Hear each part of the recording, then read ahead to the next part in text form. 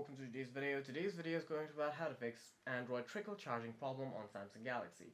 For that, the first thing that you can try and do is enable fast charging inside your device settings. For that, head over to your quick settings, head over to settings on your device, scroll down and then tap on battery and device care. Once you're inside battery and device care, simply tap on battery. Once you're inside battery, what you'll have to do is scroll down and then tap on charging settings and enable fast charging on your device. After that, what you can try and do is clean the USB Type-C port on your device. You can also try changing the cable to an original cable. Also, make sure that the device is not heating when you are charging. If it is, then you can turn off your device, cool it down, and then plug it back in. Also, make sure to not use the device when you are charging it.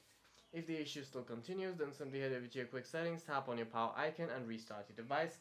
You can also reset your battery stats by heading over to your dialer and then start typing *#9900# and then scroll down and tap on battery stats reset and reset your battery stats. For any further questions, please feel free to leave a comment down below.